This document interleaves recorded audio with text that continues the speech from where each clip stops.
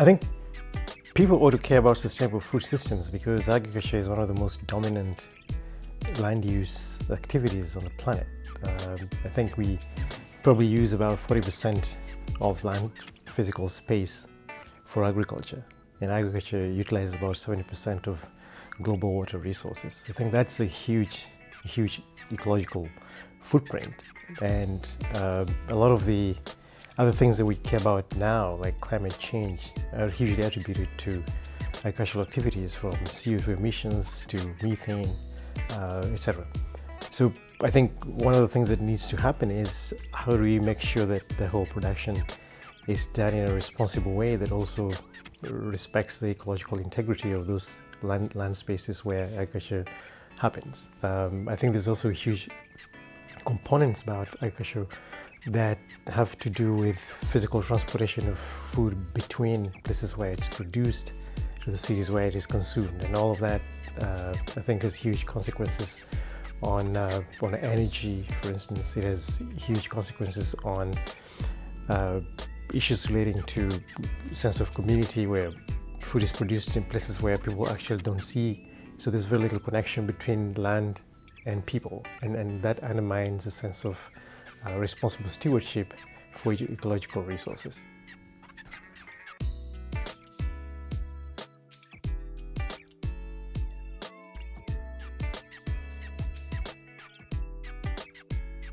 So I think coming from Africa and looking at where we are now, where we're still struggling with various elements of the food production process, from just sufficient food production to, for instance, in terms of raising agricultural productivity of land, enhancing the capability of farmers to produce food sustainably, but also in quantities that make real sense in terms of returns on investment.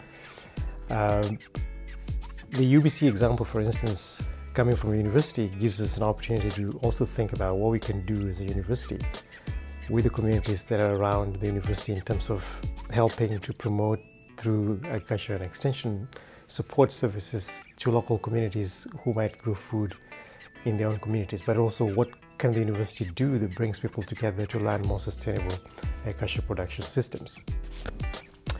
I think the example of UFV Center for Excellence is also in the same vein.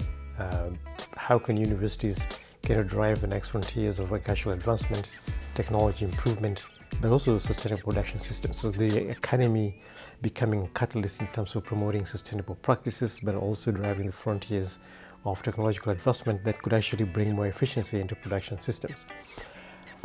I think soul food, in many ways, given that the future of Africa, for instance, is urban, it helps to demonstrate what can happen when cities get more creative.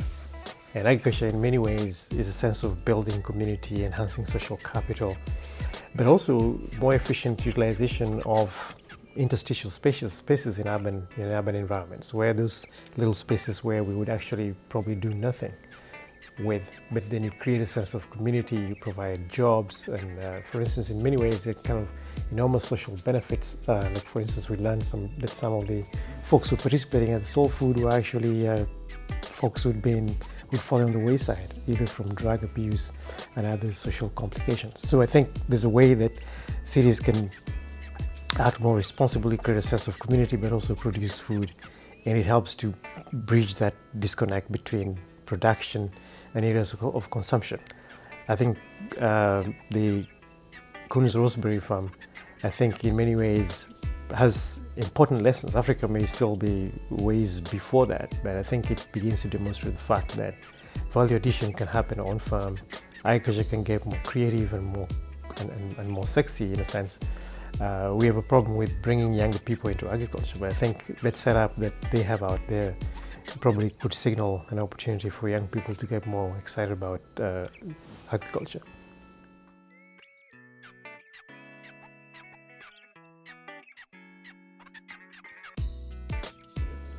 So I think in a sense we have one kind of global problem, and that's the problem of efficient and sustainable production of food.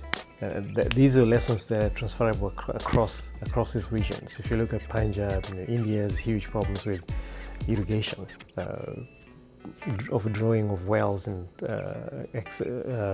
inappropriate use of electricity in that process. Groundwater is almost severely depleted. We have the same problems in Africa with climate change, cycles of drought, pests and diseases. And I think some of the examples we saw at permaculture, for instance, could be very interesting for integrated production systems that help to leverage various elements of ecology, biodiversity, and sustainable production systems. I guess one of the big dilemmas is going to be, how do you draw the line between organic production systems that are small and the urgent need to produce enough food for a rapidly growing population, especially in Africa, where we're still growing at maybe close to 3 to 4% per annum, and that's still a huge question. Issues around malnutrition. Here we have a different kind of malnutrition. It's in Africa, it's starvation, it's hunger, and all of these things, and lack of micronutrients, for instance. So I think in terms of how you envision that space and reconceptualize agricultural production, these are spaces that students from across these countries, from Punjab, Canada, Africa, for instance, through exchange and internship, can begin to kind of move that new space for cross-cultural, interdisciplinary, and off-site learning.